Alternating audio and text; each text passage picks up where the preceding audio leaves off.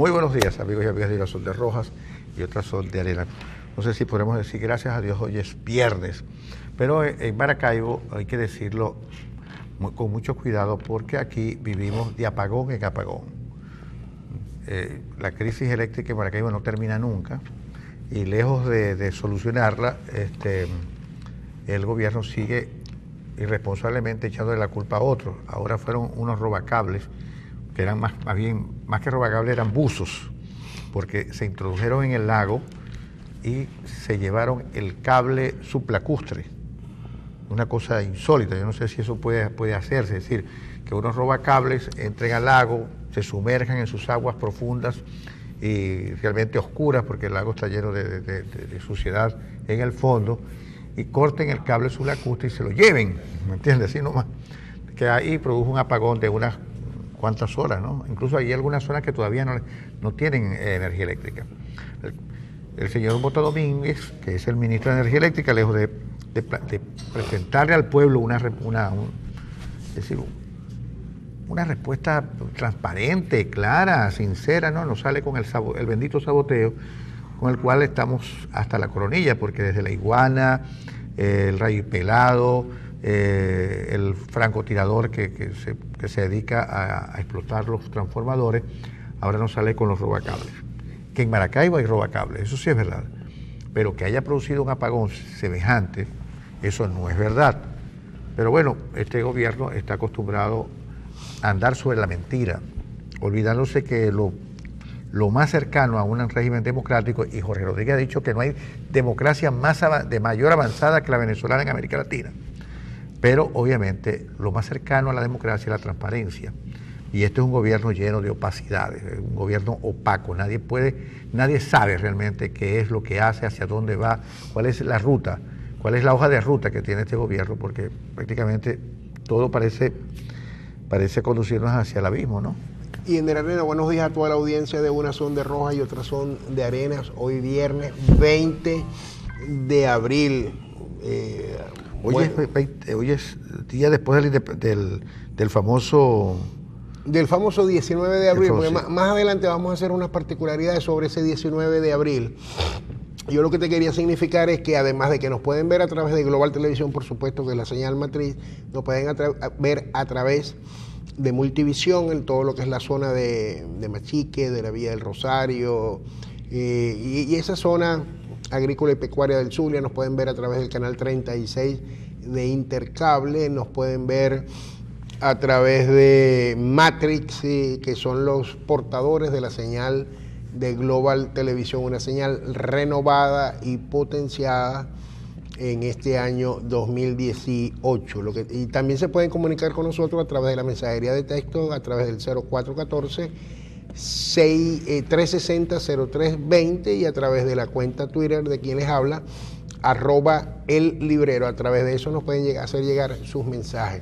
Tenemos que ser rápidos en lo que vamos a decir, Ender, porque aquí en Maracaibo no sabemos cuándo se va la luz. Cuándo se nos va a ir la luz, la energía eléctrica. Yo lo que te quería matizar era que el ministro Mota Domínguez va a tener que cambiar, por lo menos con respecto al Zulia, va a tener que cambiar la excusa del saboteo, robacables y los animales y tal, porque hace 2 años aproximadamente, y la promesa fue renovada en el mes de febrero, todas las instalaciones eléctricas son custodiadas por las Fuerzas Armadas Nacionales.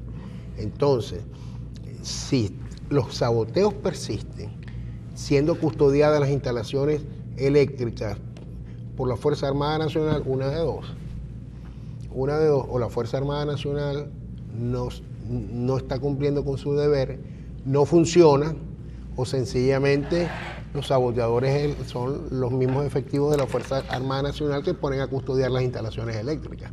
Los zulianos, y me imagino que los venezolanos en general, pero los zulianos en particular, lo que le estamos pidiendo es al ministro de Energía, yo en lo personal le estoy pidiendo que renuncie, pero bueno, si ya que no me quiere complacer, por lo menos que le hable con sinceridad al país y al Zulia en particular. Ya nosotros sabemos qué pasó y qué no ha pasado en los últimos 20 años con respecto al tema eléctrico, la inversión, el mantenimiento, la ampliación. Ya nosotros sabemos lo que pasó ahí y tal, y que no nos eche más cuentos, pero que nos diga, por favor, qué es lo que se está haciendo en este momento, cuáles son los planes, cuáles son las estrategias, cuáles son las tácticas con las cuales se está enfrentando la crisis de generación y de distribución del fluido eléctrico al Zulia y a Venezuela en general. Nosotros acá en el Zulia sabemos del tema, porque entre otras de las cosas que fuimos pioneros, fuimos precisamente en la generación eléctrica, desde comienzos del siglo, cuando nadie en Venezuela conocía lo que era un bombillo.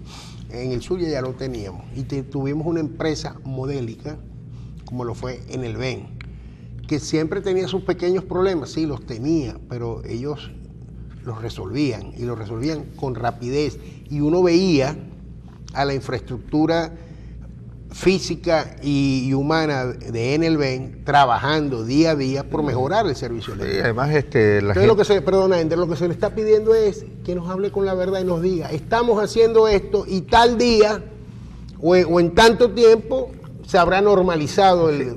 Lo que pasa es que ellos han anunciado fechas de normalización del asunto eléctrico. El problema es que las fechas no tienen ningún sentido, porque nos dijeron, el gobernador ha dicho, en tantos días resolvemos este problema. 90 días, dijo. No se resolvió nada. Sin embargo, como decíamos en el camino, siguen hablando de que el Zulia es un estado potencia, pero aquí no hay electricidad, no hay agua, no hay transporte público, el servicio de salud está colapsado. Entonces, ¿de qué potencia estamos hablando?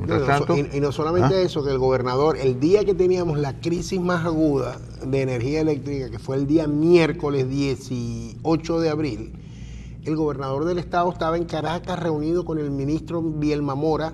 Ahorita no recuerdo de qué es ministro Bielma Mora, pero es ministro.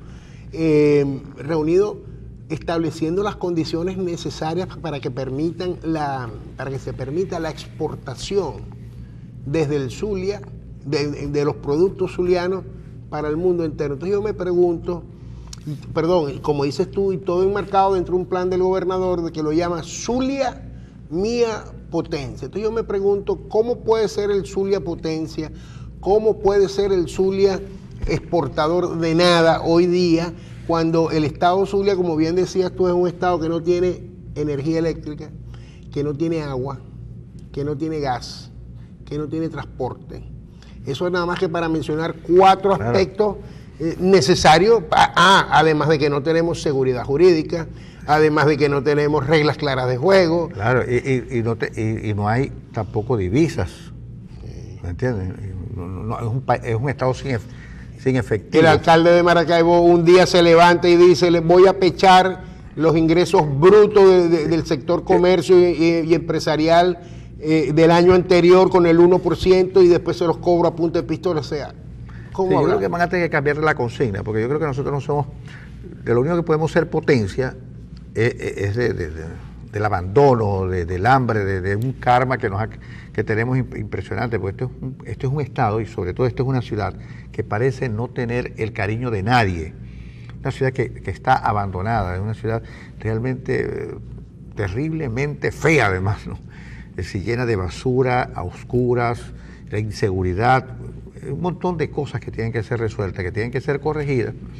Y nos decía un invitado que tuvimos estos días que el 50 y tanto por ciento de la población maravina no conoce a su alcalde, es decir, no sabe qué cara tiene, porque es un alcalde que anda, ¿cómo se llama?, casi de incógnito en la ciudad. No solamente porque no se le ve la cara, sino que no propone absolutamente casi nada. Entonces, el Festival de la Orquídea. Exceptuando el Festival de la Orquídea, que a quien le sirve debe ser a muy pocos intereses muy bien localizados en las televisoras nacionales, porque las regionales no tienen nada que ver con eso. 20 millardos de bolívares, y que es la inversión de la alcaldía de Maracaibo para la realización del Festival de la Orquídea. Un festival que depende en exclusiva de un canal de televisión llamado Venevisión. Y entonces esos 20 millardos lo que van destinados es a cancelar todo el costo de producción de todo el aparato de Venevisión. Yo quiero aprovechar, Ender, desde aquí, desde este espacio. Yo no voy a pedir al gobernador, porque son palabras mayores, pero sí le voy a pedir, a emplazar al secretario de Gobierno del Estado Zulia, a Lisandro Cabello, para que si tiene a bien, cuando quiera la próxima semana, puede venir a este programa. Aquí, un programa donde simplemente vamos a conversar y le vamos a preguntar y vamos a tratar de ser voceros ante la opinión pública de explicaciones como esta, ¿no? Cómo construir un Estado potencia cuando tenemos tantas carencias en materia de infraestructura y servicios. Y la idea no es agredir, la idea no es confrontar, la idea es simplemente que él nos diga desde la óptica, desde el gobierno regional, cómo se construye un Estado potencia en las condiciones actuales que tenemos en el país. Entonces, Lisandro, cuando tú quieras, por favor, ven al programa para que conversemos. Somos amigos, nos conocemos desde los tiempos de la universidad. Bueno, y podemos tener una conversación amena. Tú desde tu tribuna, nosotros desde nuestra tribuna. Está a la orden el 0414-360-0320 o el Twitter @ellibrero, y por ahí podemos establecer los detalles de tu participación en el programa. Mira, la Asamblea Nacional aprobó el antejuicio de mérito al presidente. Lo aprobó Almagro, lo aprobó Pastrana, lo aprobó el mundo católico, además lo aprobó, o sea, todo el occidente católico lo ha aprobado. ¿Y ahora qué? Esa es la pregunta que todo el mundo se hace, porque jurídicamente la decisión que ha tomado la Asamblea Nacional no tiene ninguna utilidad práctica. Es decir, puede ser que haya sido un gran ejercicio político y una buena cuestión política, pero desde el punto de vista jurídico no tiene ninguna incidencia. Ten cuidado porque te van a ese argumento te van a contraponer la Convención de Palermo, que los que están arguyendo las bondades y los alcances de la Convención de Palermo no se lo han leído y no saben que no tiene aplicabilidad tampoco en el caso de Venezuela. Pero ellos te dicen, ahí está la Convención de Palermo. Sigue. Bueno, el caso es que, mira, jurídicamente la Asamblea, alguien llama a este proceso venezolano hoy en día anormalidad constitucional. Dada la naturaleza de esa anormalidad, no tiene ninguna incidencia jurídica la decisión tomada por la Asamblea Nacional. Políticamente podemos atribuir ciertos atributos a esa salida, pero jurídicamente no tiene ninguna utilidad práctica, absolutamente ninguna, porque obviamente, fíjate, ya la Fiscalía dijo que eso es una decisión que no tenía ningún sentido. Y tú has dicho un argumento que es bien interesante en días pasados. Resulta que lo que nombró la Asamblea Nacional fue o sea, levantarle la prerrogativa que como alto funcionario del Estado tiene el presidente de la República y que se conoce como inmunidad parlamentaria para que pueda ser enjuiciado. Sí, pero el argumento que tú decías era que eso lo decide el TCJ en pleno. En la sala plena. Pero resulta que lo que nombró la Asamblea Nacional legítima, por el voto popular, fue creo que 14. Ellos eligieron 11 principales y 22 suplentes, que fueron los que consideró en ese momento la Asamblea Nacional, que habían sido electos en forma írrita, acelerada, apresurada, entre gallos y medianoche, un 23 de diciembre de 2015, una semana después de haber perdido la mayoría parlamentaria en la Asamblea Nacional. O sea que para que haya sala plena, esa gente que está en el exilio tiene que formar quórum con los que están aquí, lo cual es casi imposible. Pero además de eso, la decisión de erigirse como TCJ en el exilio no pasó por la Asamblea Nacional, sino que fue por decisión de los magistrados nombrados, lo cual nos coloca en una situación jurídicamente mucho más difícil. Pero el objetivo de esa decisión que el TCJ en el exilio toma no es quizás defenestrar a Maduro del poder, porque sabe que jurídicamente no tiene ninguna importancia. El objetivo era darle otro golpecito a los diputados que están allí sentados en el Parlamento para desprestigiarlo más. Solo que la Asamblea Nacional... Pero tienes que decir quiénes eran los que promovían ese golpecito. Bueno, sí, la gente los conoce, que sea Aristigueta Granco o María Corina Machado. O sea, los radicales de la oposición que invierten más tiempo en golpear a la oposición que golpear. Exactamente. Pero, entonces, hay que ponerse claro, porque uno le exige a la gente del gobierno que rinda cuentas de manera transparente a los ciudadanos que lo han elegido. Pero ojo, también tenemos que exigirle rendición de cuentas a ese sector de la oposición que permanentemente vive golpeando a su propio sector, porque los ataques más arteros contra la oposición probablemente no provengan del gobierno, sino que vengan de ese sector que vive de verdad golpeando y desprestigiando y diciendo cualquier cosa de la oposición que pudiéramos llamar institucionalizada, en el sentido de que están organizadas en partidos, en la asamblea, etcétera, etcétera, ¿no? Para mí fue una interesante jugada del bloque opositor, una bonita fotografía, un buen mensaje que significa o pudiera significar la construcción de algo en torno a la unidad, rescatar el concepto de unidad. Pero a los venezolanos, para no llenarlos de frustración, hay que hablarles con la verdad y decirle la verdad. No puede ser que Antonio Ledesma, ayer, a través de las redes sociales y después en la intervención que tuvo en el programa de Jaime Bailey, ayer noche, en Mega TV en Miami, dijera que ya estaba todo listo, que lo que había que hacer era detener y enjuiciar a Nicolás Maduro y proceder a nombrar un presidente para la transición. Es más, citó inclusive el ejemplo de Carlos Andrés Pérez cuando se eligió a Ramón J. Velázquez. Lo que Antonio Ledesma nos dijo es que la primera parte no es de fácil ejecución porque los órganos coercitivos del Estado están cooptados. Y lo segundo, lo que Antonio Ledesma no dijo tampoco es que cuando fueron a buscar a Ramón J. Velázquez, que era senador de la República, para proponerle que fuera el presidente de la transición mientras se hacían las elecciones, 9 meses, mientras se hacían las elecciones que después ganó Rafael Caldera, lo primero que le dijo Ramón J. Velázquez dijo dos cosas. La primera, yo estoy prácticamente retirado, estoy muy cansado, estoy muy mayor. Le dijeron, pero el país te reclama y el país te demanda un servicio más.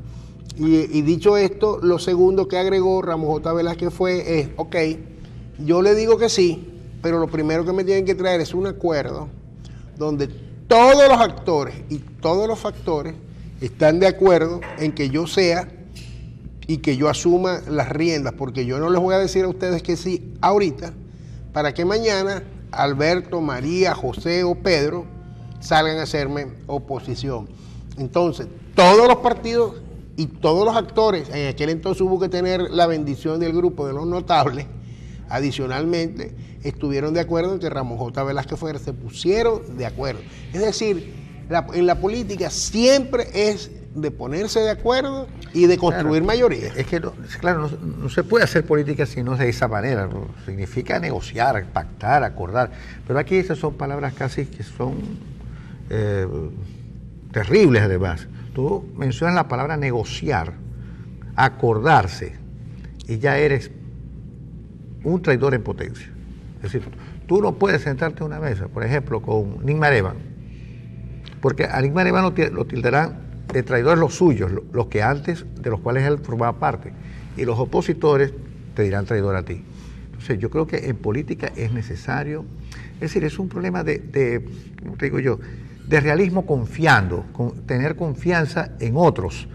Eso es decir, yo no voy a pretender hacer política si no tengo dentro de mí un menú de opciones que pueden ser perfectamente aplicables y que sean factibles y posibles de ser materializadas. Ahora, imagínate tú, una gente en el exilio se propone nada menos y nada más que enjuiciar al presidente y sacarlo de juego, así nada más, cuando todo el aparato coercitivo, como dices tú, está en manos del gobierno. Entonces, eso es carecer de realismo político, por decirlo menos. Hay que hacerlo, hay que hacerlo. O sea, eso que hizo la Asamblea Nacional, eso que está haciendo el Tribunal Supremo de Justicia, hay que hacerlo. Algún día se va a necesitar ese expediente.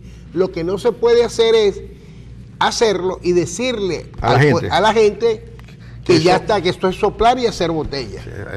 Y que ya el presidente Maduro debe estar haciendo las maletas. A eso me refiero. Es decir, esta es una decisión que pudiera tener, que tiene hoy en día un valor simbólico y que en el futuro, como dices tú, puede materializar una cuestión de ejercicio efectivo para enjuiciar a los que han sido culpables de esta situación.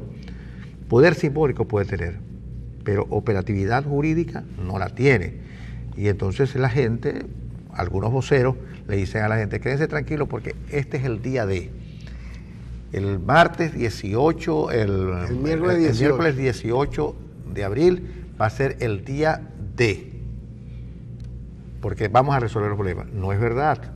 Y la gente empieza a estar esperanzada en que el día D efectivamente iba a ser el día en que íbamos a comenzar una nueva película. Es más, extrañamente, inclusive, en torno al martes 17, que fue el día que se tomó la decisión, todos esperábamos un escenario que a la larga no se presentó. Nosotros esperábamos un escenario de conflictividad.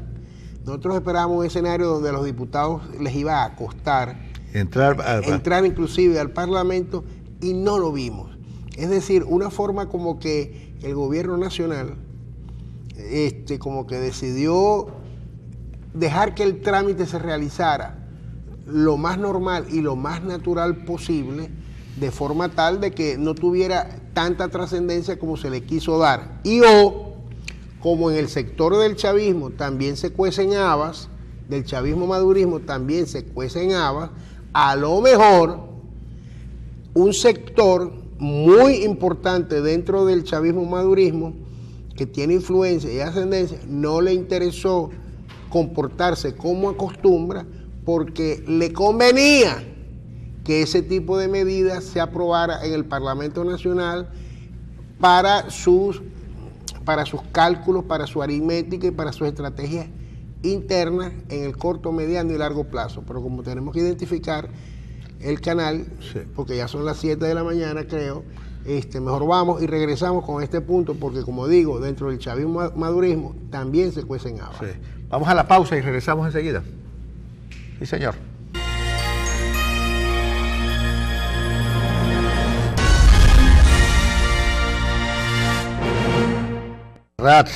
Chicos, después de haber visto a Joan Manuel Serrat anoche en El Hormiguero con Pablo Moto en Antena 3 y verlo aquí por... Oye, tú un envejecido, bueno, el tiempo no pasa en vano y se refleja. No te puedes quejar porque todo el repertorio musical está dedicado a ti. Abrimos nada más y nada menos que con Cesárea Évora. Sí, señor. Cesárea la surafricana. Sí, señor. No, ya no es surafricana, era de Cabo Verde.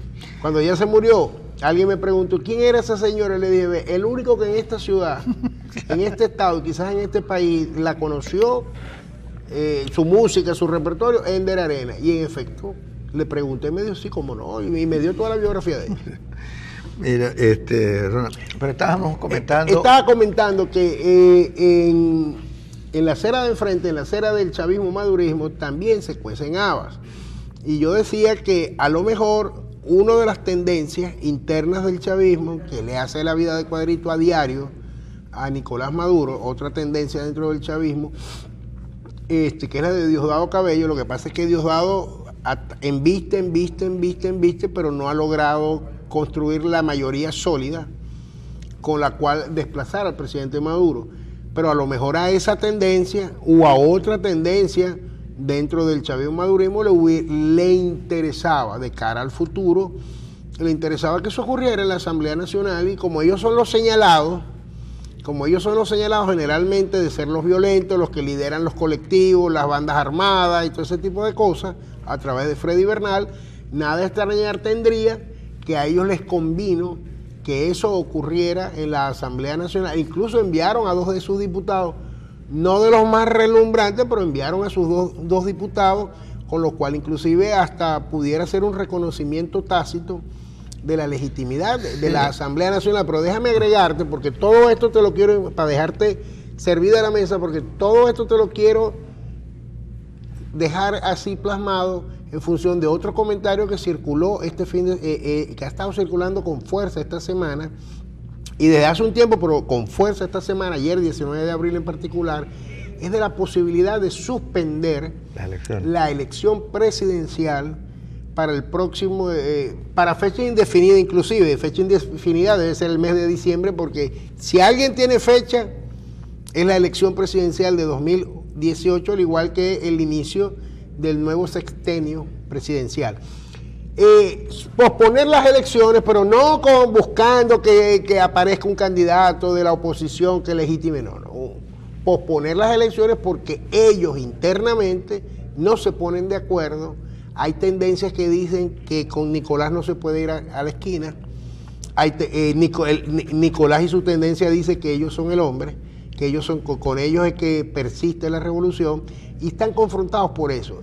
y surgió inclusive el nombre de desplazar de la candidatura a Nicolás Maduro y dejar como candidato a Diosdado Cabello.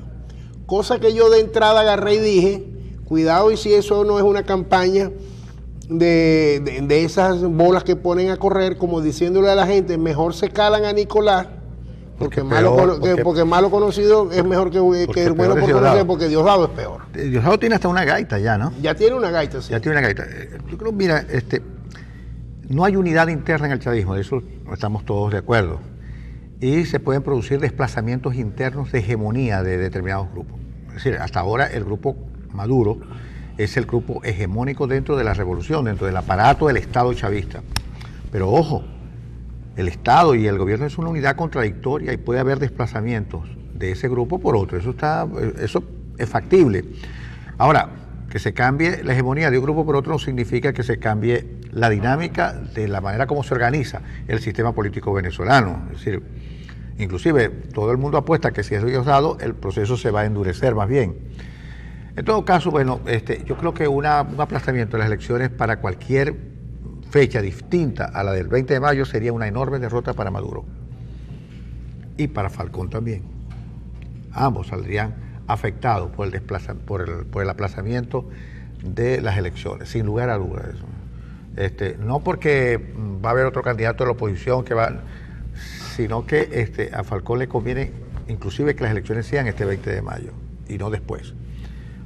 Y de producirse un aplazamiento, obviamente que sería una derrota para ambos.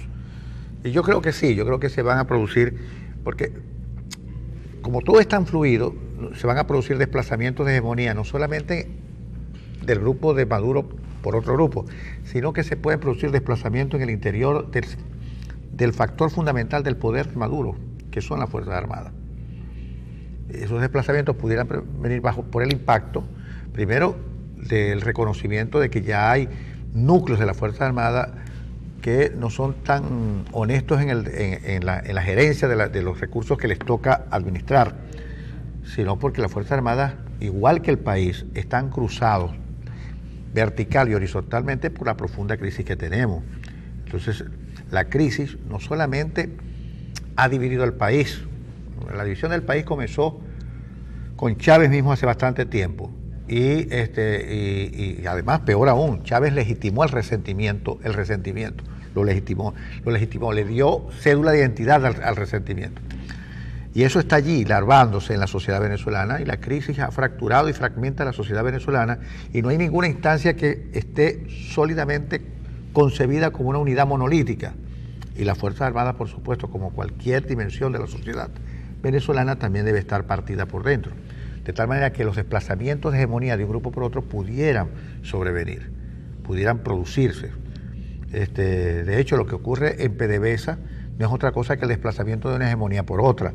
Si no, Rafael Ramírez no estuviera corriendo, ¿verdad?, escondiéndose y defendiéndose como gato patas arriba de las acusaciones que le está haciendo el actual fiscal, que según Rafael Ramírez también estaba en el guiso de PDVSA, ¿no? Es decir, todos están metidos en el asunto. ¿Y entre Diosdado y Nicolás, o entre Nicolás y Diosdado, a quién preferirías tú? Yo a ninguno de los dos, Es decir, yo creo que es necesario un cambio de verdad, no como lo que ocurre en Cuba, ¿no? Es decir, como lo que ocurrió ayer. Es decir, lo que ocurrió ayer, que Fidel, digo yo. Raúl se aparta del poder nominal por, ¿cómo se llama? Mario Díaz Canel, y él ha dicho de entrada: yo voy a continuar la enorme labor que han hecho los Castro, con lo cual podemos decir sin ningún tipo de rubor que Cuba va a seguir jodida en este caso, porque obviamente es lo mismo, van a continuar con los grandes problemas que tienen. Entonces, pero adicionalmente, para que ustedes vean que a veces se venden los cambios, y los cambios lo que son cosméticos o gato pardiano, o sea, cambiar para que todo siga igual. El presidente de la República nominal, titular, el señor Canel, pero el que gobierna realmente en la isla de Cuba, al igual que en China y en Corea del Norte, el presidente del Partido Comunista y del Ejército, ¿no? Que de paso se adjudica también para sí ser el comandante jefe de la Fuerza Armada Nacional. Entonces, Raúl sigue siendo primer presidente del Partido Comunista y jefe de la Fuerza Armada Nacional, y Díaz-Canel, Díaz-Canel es que se llama, ¿no? Sí, claro, Díaz-Canel se llama. El señor Canel va a ser el presidente titular. En mi criterio, Raúl Castro se quitó de encima en los rigores del día a día, pero es el gran cerebro de toda la operación. Así es. Bueno, el caso de la pregunta, ninguno de los dos realmente creo que resuelve el problema de la crisis. Yo creo que uno, en el caso de Maduro, ha demostrado suficiente incapacidad para gobernar un país complejo, con una profunda crisis, una profunda catástrofe humanitaria, provocada inclusive por sus desaciertos en política económica y en política en general.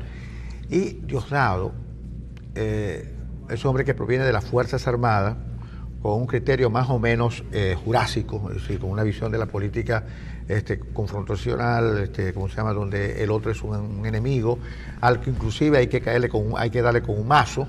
Es decir, y en Venezuela realmente lo que esperamos hoy es que haya más democracia, más transparencia, más reconocimiento del otro, un gran acuerdo de reciprocidad donde los actores se reconozcan mutuamente, un gran acuerdo en torno a normas y procedimientos de funcionamiento libertario de la democracia.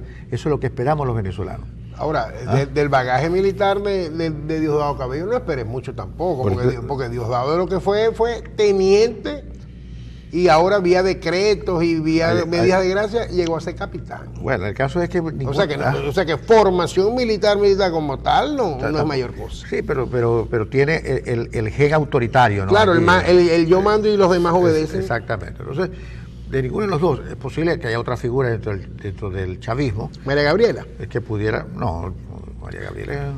No sé, no quiero dar calificativo, no está preparada. Le falta. Para asumir esta cosa. Pero dentro del chavismo puede haber una figura que sirva de transición y hacia otra, pero no veo a nadie realmente. Pero entre Maduro y Diosdado, con ninguno de los dos.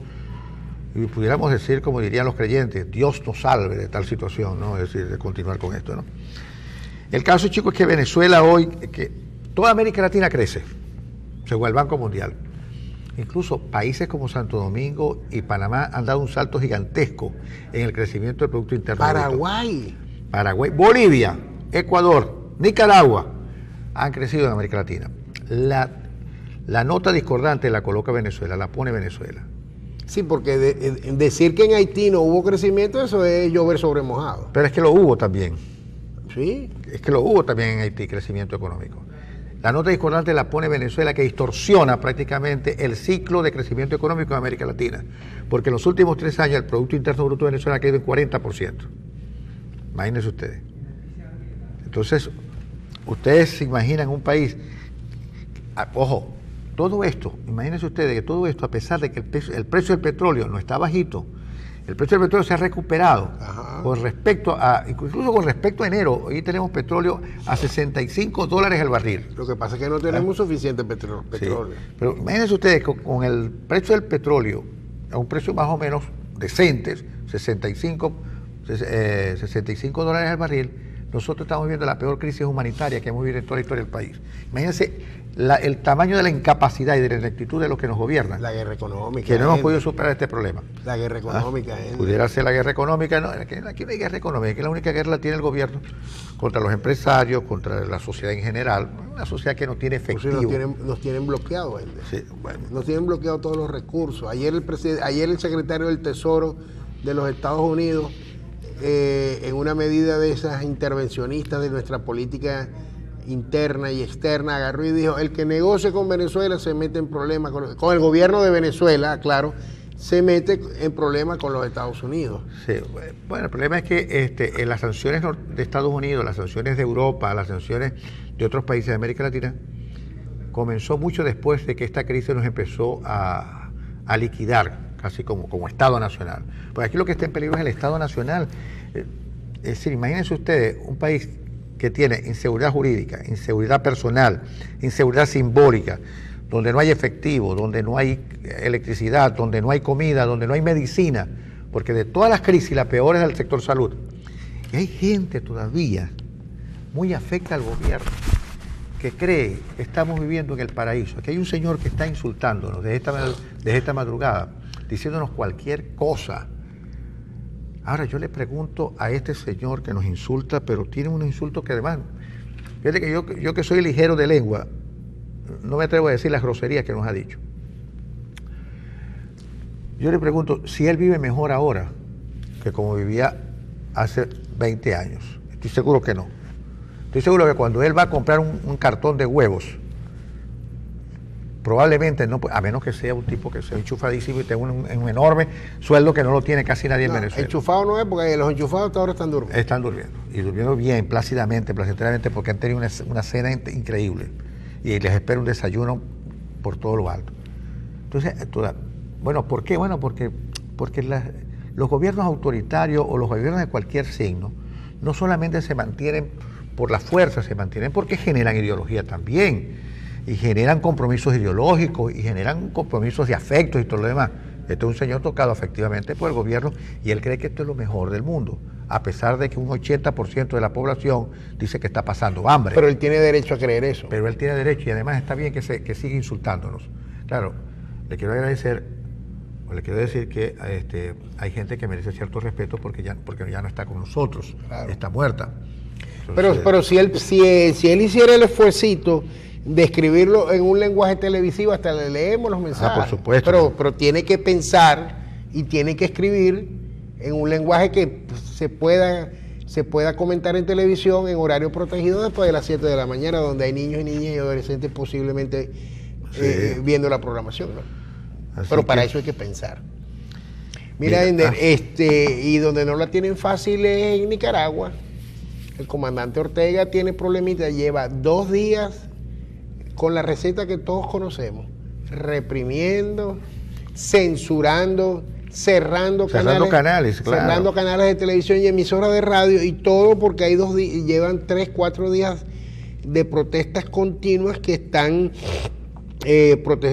reclamando la reforma de la seguridad social, están protestando la reforma de la seguridad social que ha implementado el gobierno sandinista. Bueno, ya eso no es un gobierno sandinista, es el gobierno ¿cómo se llama? de Daniel Ortega. El gobierno sandinista gobernó y perdió electoralmente en las urnas, y después Daniel volvió a ganar, y bueno, y ya esas elecciones están en entredicha, porque la última elección de Daniel fue más o menos algo así como lo que quieren hacer aquí en Venezuela. Es decir, él se lanzó, anuló a todos los partidos políticos, metió preso a unos cuantos dirigentes políticos, en pocas palabras se quedó solo.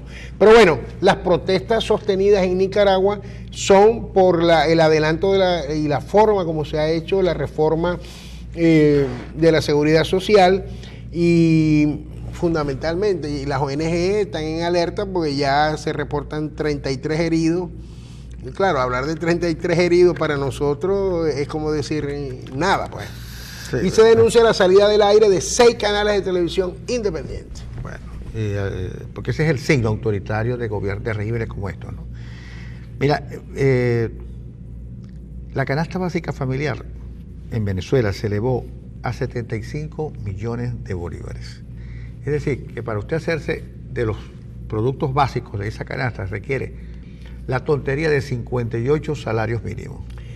Por cierto, Ender, 75 millones de bolívares de hoy es el equivalente a 75.000 millones de bolívares del pasado. En 1998, de cuando comenzó el gobierno de Hugo Chávez. Es decir, que la canasta básica hoy día cuesta 75.000 millones de bolívares. Sí.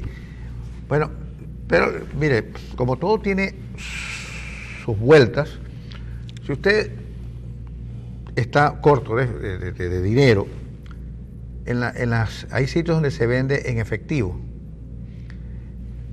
y se baja el precio del producto casi a la mitad. Es decir, usted puede comprar un cartón de huevos a 300 bolívares si lo compra en efectivo. No se le ocurra comprarlo en débito, con el débito, ni con transferencia, porque se le sube a 850 bolívares. Es decir, caramba, hay una diferencia muy sustantiva. Incluso vale la pena comprar el efectivo a 150% e ir a comprar con efectivo porque sale incluso más barato. Imagínense ustedes lo que significa. El caso que te voy a poner es malo, es feo, pero es muy gráfico y eso está pasando con todo. Hay cajetillas de cigarrillos que cuestan 50 bolívares, él es el PVP. Y si las pagas en efectivo, te cuesta 50 bolívares. Si las pagas con tarjeta de débito, te cuesta 140, 150 bolívares. Insisto que el ejemplo es malo, es feo, porque se trata de cigarrillos, pero es muy gráfico. Eso que pasa con el cigarrillo, la venta de cigarrillos, está pasando con todos los productos de la dieta básica, de los enseres para el hogar, los insumos y todo lo que tú dices. Mira, hay gente que dice que con efectivo la vida se le facilita en un 60%. El problema es que no hay efectivo. Que no hay el efectivo. Que no hay efectivo. No hay gente, mira, aquí tengo mensajes de gente que no puede tomar un microbús porque no puede pagarlo porque no tiene efectivo. Entonces, y no hay tal guerra económica. Es el resultado de pésimas políticas económicas implementadas desde hace bastante tiempo. Desde el día en que Chávez pidió el millardito, ese día comenzaron nuestras desgracias.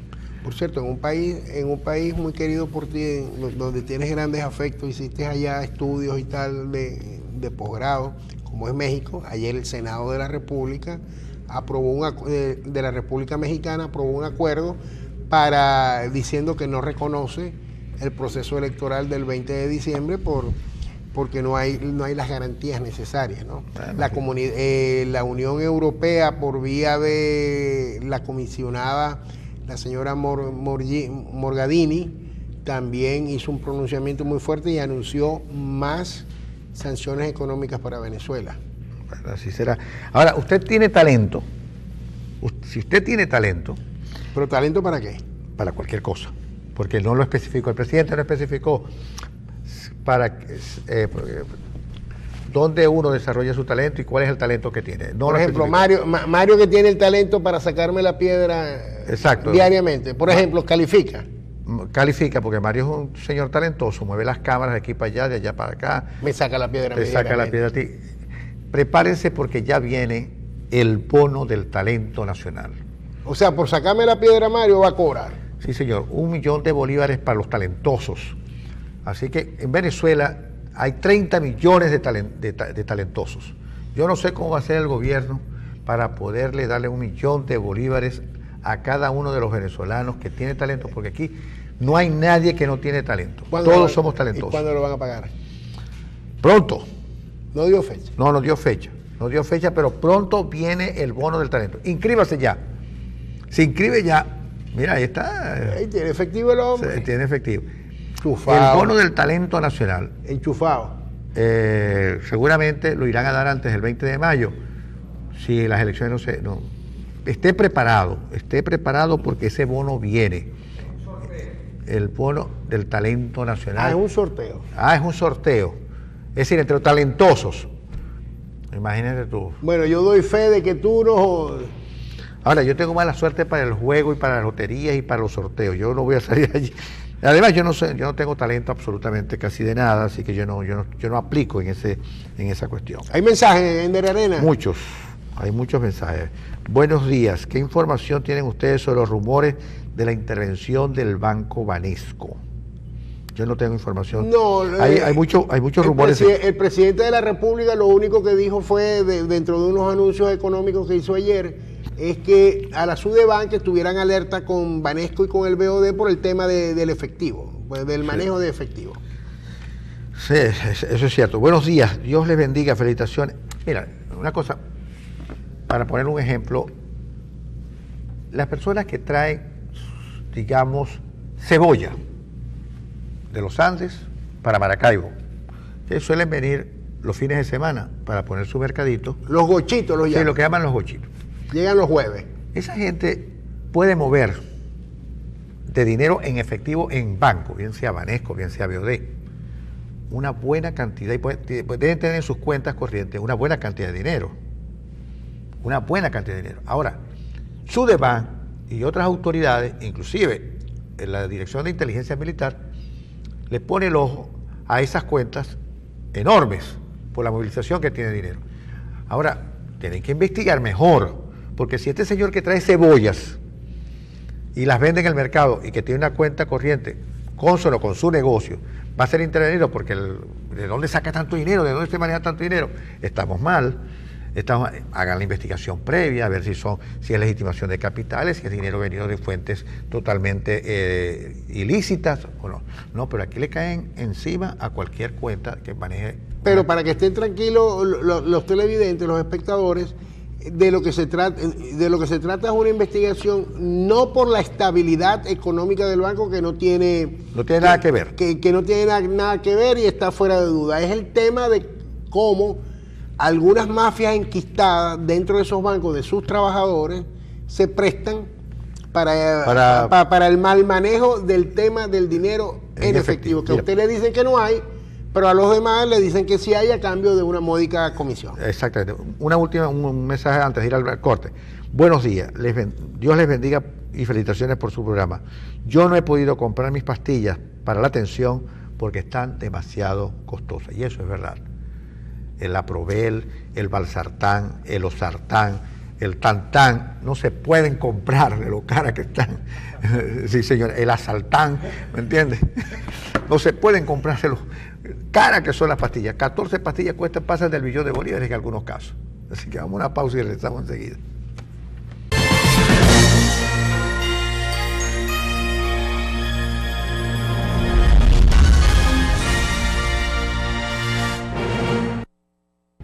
Aquí seguimos, aquí estamos, Ronald Rodríguez y Ender Arenas. En unas son de Rojas y otras son de Arenas. Me queda una semana. Te queda una semana de levantarte en la madrugada.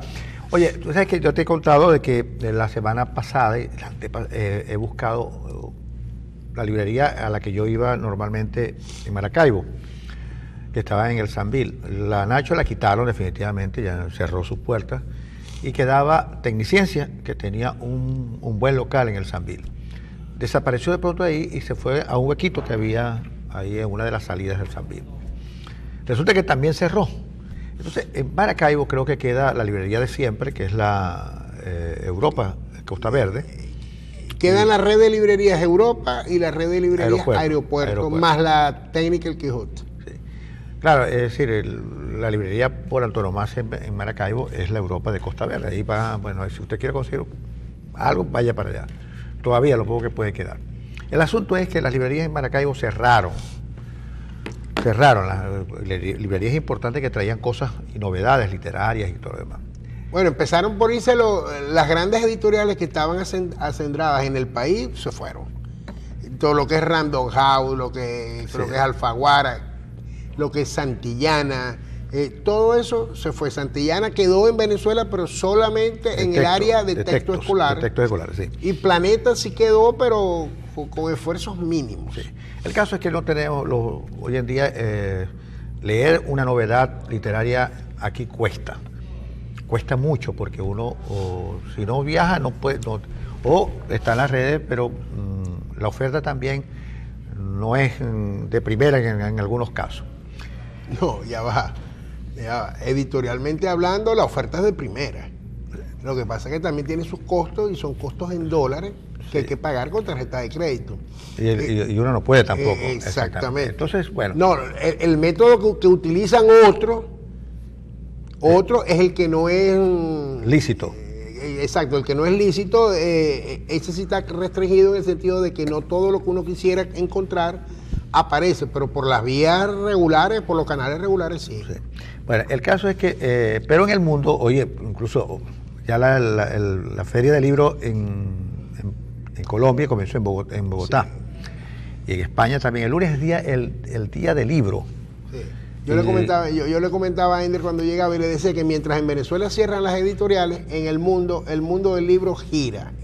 En este momento hay 15 días de la Feria del Libro en Bogotá, termina el 2 de mayo. Está dedicada a Argentina.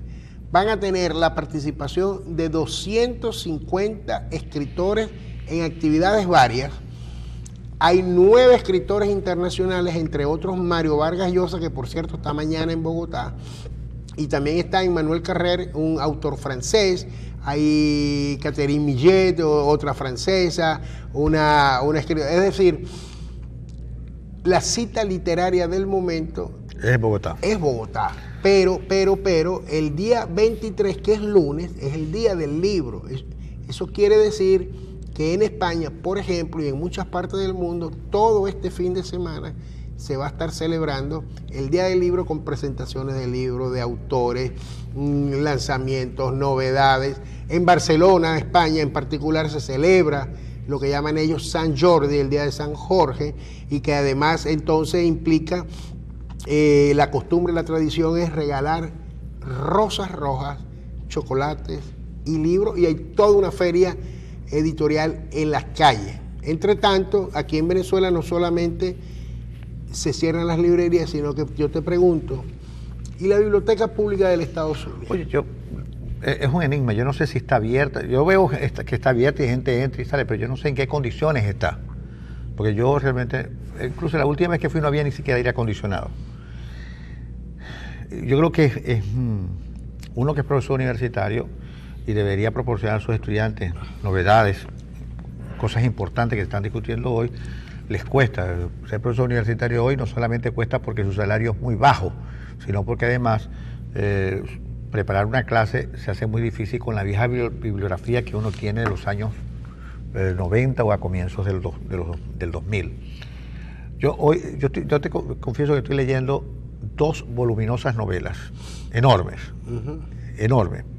Patria, de Fernando Aramburu, que es una novela difícil de leer porque coloca expresiones vascas en el interior del libro, entonces tú tienes que ir a una especie de glosario, entonces tienes que leerlo casi en 2 partes, el párrafo y el glosario. Tú sabes que Patria fue el libro del año en el mundo iberoamericano en el año, eso se declara normalmente en los diciembres de cada año, en el diciembre de 2017.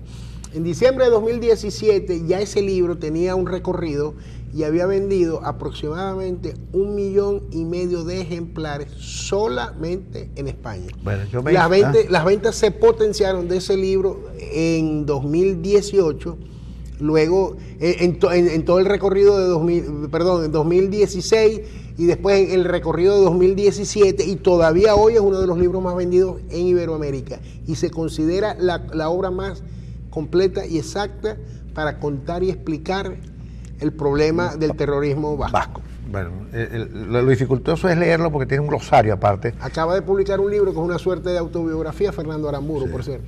Entonces se hace dificultoso porque gente, tú lees y tienes que volver ahí, y es incómodo. Y el libro de Paul Auster, 4321, que es demasiado voluminoso, es decir, cada una de esas novelas tiene cerca de 1000 páginas o más. Pero el de Paul Auster es bien interesante porque es un protagonista, un niño. Sí. Y entonces te cuentan 4 historias en torno a ese niño, si hubiera pasado esto, si hubiera pasado aquello, si hubiera pasado lo otro. Exactamente, que es la literatura clásica de Paul Auster, que hubiese las cosas que ocurren por algunas... Si mi papá se muere, si mi papá no se muere, si mi mamá se casa, si mi mamá no se casa, ese tipo de cosas. Sí, me parece interesante. Y por supuesto el libro de Vargas Llosa, que me lo hiciste llegar tú, ¿cómo se llama? Bueno, Ender Arena es un hombre negado a leer digitalmente por manías de él. Pero tengo que hacerlo. Por manías de él. Yo también extrañamos lo que es el libro, lo que es la página, pero la única forma de leer las novedades, lo que está saliendo, es digitalmente. Te voy a decir las dificultades que he tenido para leer 4321. Me lo enviaste y entonces no tengo manera de reducirlo, las letras. Y entonces están así. Entonces, por supuesto, imagínate lo que me cuesta leer esa cosa en la pantalla de la computadora. Pues te voy a volver a enviar una versión a ver si está mejor. Son 2 líneas en una página. No, chico, no.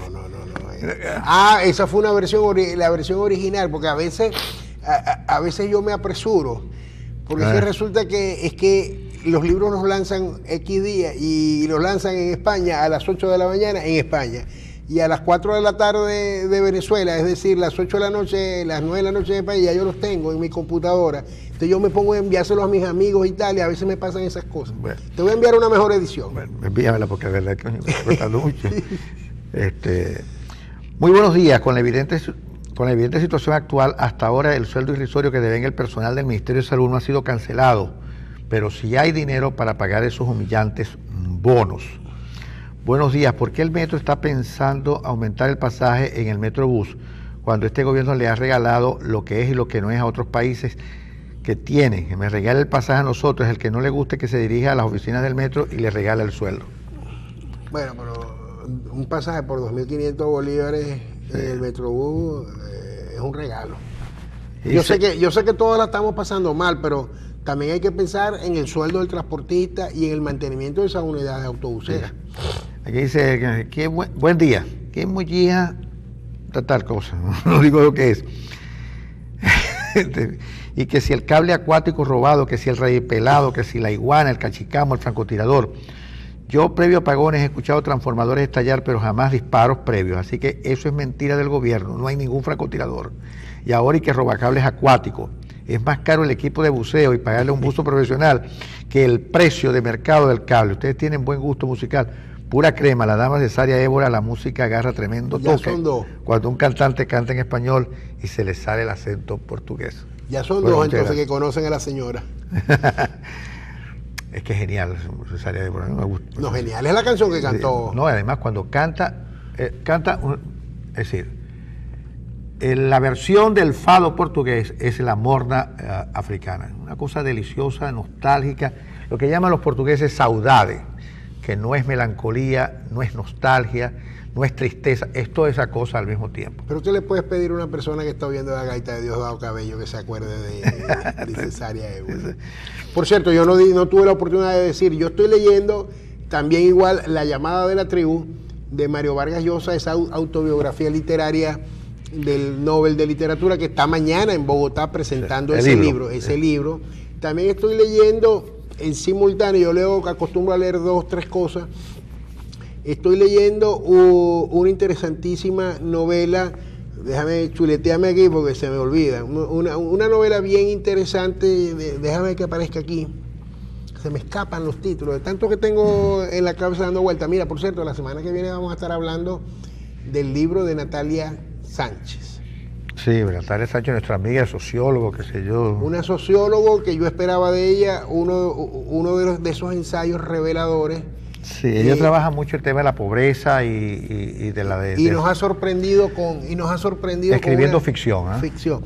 Ajá, estoy leyendo a Boris Izaguirre a ratos, Tiempo de Tormenta, que es su autobiografía. Cuando quiero bajar tensión y tal, me dedico a leer las páginas de Boris Izaguirre, aunque el libro no... Lo que él cuenta ahí de su drama personal, del reto de ser diferente desde niño, y hasta la violación de la que fue objeto y sujeto, la cuenta en el libro. También estoy leyendo de Jorge Volpi, un caso que sacudió a México de la vida real y que todavía se mantiene, donde hubo manipulación por parte de la policía, por parte de los medios de comunicación, que involucraron a una pareja de un mexicano y un francés, los involucraron, o una francesa y un mexicano, los involucraron en un secuestro que nunca fue, pero que fue juzgado en los tribunales y transmitido por televisión como tal. Y él dice que con cero ficción lo está contando, y la verdad es que para los pelos y retrata la situación difícil de México en materia de delincuencia y criminal. El libro se llama Una novela criminal y ganó el premio Alfaguara de novela 2017. Entonces estoy leyendo La llamada de la tribu de Vargas Llosa, estoy leyendo una novela criminal de Jorge Volpi, que también va a estar en México, en Colombia en estos días, antes del 2 de mayo, presentando su libro, y a Boris Izaguirre con Tiempos de Tormenta. Sí. Yo leí una reseña del libro de Izaguirre y ¿cómo se llama? De verdad, lo que él cuenta allí. La primera parte es muy amable. Su editora le dijo, vamos a sacar algunas orgías del libro. No, y la primera parte, que es la parte más amable, es la parte más amable del libro, con lo primero que arranca es con cómo vivió él lo que fue el terremoto de Caracas de 1967. Esa es la parte más amable del libro. Y después entramos a lo que es a quien le dedica él el libro y a quien retrata muy bien en el libro, que es su mamá, una gran bailarina venezolana llamada Belén Lobo, fallecida hace 2 años aquí en Venezuela. La esposa de Rodolfo Izaguirre, que también acaba de publicar un libro, pero lo publicó en Miami. Los venezolanos y las editoriales venezolanas están publicando unas en Miami y otras en Madrid. Me dice este amigo, señora Arenas, ¿quién puede comprar un libro si yo fui a comprar una carpeta de oficio a una librería de Las Pulgas y el precio fue de 190,000? No, estamos claros. Mira, un libro importado, incomprable aquí en Venezuela, porque un promedio de un libro importado estamos hablando de 20, 22 euros, es decir, 30, 30 y algo de dólares. Sí. O sea, imposible. Buenos días, ayer amaneció un par de zapatos 25 millones, cuando el miércoles estaba a 3 millones. Hay que darle palo a los especuladores. Dicen, eso fue en el centro comercial Divino Niño, no sé dónde queda exactamente. A mí me cobraron unos plátanos en la noche del miércoles a 25 bolívares. Y en el mismo sitio, al otro día, los mismos plátanos estaban a 27. O sea, ¿por qué incrementaron 2 bolívares? Debe ser por el apagón del jueves. En Pomona, por los compadritos, hay unas bandas de malandros que a diario roban a los transeúntes y a los buses en la mañana y en la tarde, y no hay policía que les pongan los ganchos, sabiendo lo que pasa. Que, por cierto, nos escribió a nosotros nos escribe alguien a la radio que se llama de apellido Olivar, que él se autodenomina como el poeta del desespero, que anteayer nos escribía lo siguiente: si voto, es decir, si no voto, gana Maduro, y si voto, pierde Falcón. dice este amigo. Mira, Ender, por cierto, ayer fue 19 de abril y solamente te voy a dejar este comentario. Asombra que a estas alturas del partido, inclusive la Embajada de Francia, confunda lo que es la declaración de independencia ocurrida el 5 de julio con el 19 de abril, donde la mitología y la leyenda y la historia nos cuenta que fue el primer grito que dimos los venezolanos de la independencia cuando no fue verdad. Pero lo que asombra de cualquier medida, indistintamente la interpretación que se le dé el 19 de abril, que se quiera decir, como dijo una institución cultural muy importante del Zulia en sus redes sociales ayer, que era la proclamación de la independencia, y como dijo la Embajada de Francia en París, la cuna de la Ilustración, y la cuna de la Ilustración, a hablar, nos mandaron para allá los más ignorantes, por cierto, porque, o sea, no nos queda otra más cosa que decir. La declaración de la independencia, la declaración y firma del acta de la independencia ocurrió el 5 de julio.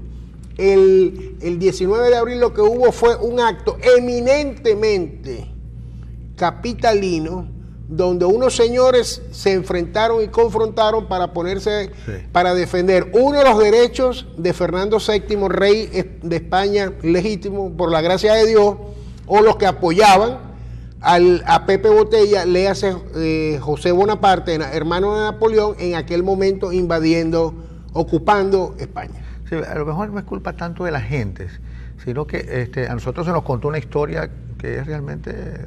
Sí, pero indistintamente lo que te hayan contado a ti del 19 de abril, nunca fue la proclamación y la declaración y la firma del acta de la independencia. No, claro, pero de todas maneras, en descargo de la gente, los patriotas eran 5 y se enfrentaron a 300 españoles y los liquidaron a todos en la batalla tal. En la batalla cual, 2 patriotas en 2 caballitos se enfrentaron a una caballería española llena de 5.000 hombres y los derrotamos.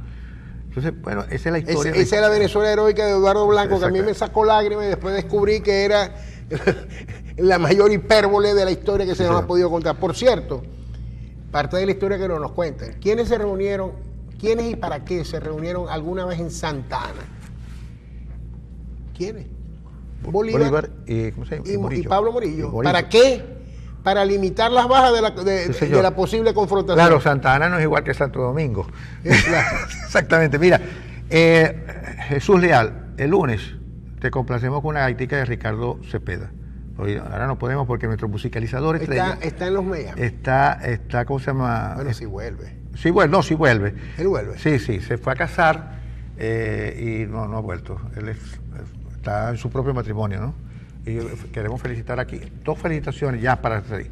Una biendateado.com, 8 años. 8 años cumple la excelente página de Damaso Jiménez. Sin rumor alguno, sin rumor alguno. Este no tiene rumor alguno. Sí.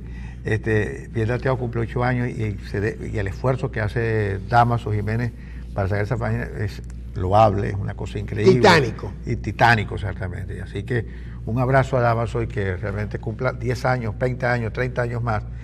Pero eso sí, vamos a ayudar a financiar esa página que es bien difícil. Hay crowdfunding. Métase en la página www.biendateado.com y entérese de cómo podemos hacer posible entre todos que las páginas como esa puedan seguir navegando en la red, dado que el principal costo de esa página es en dólares. Sí, señor.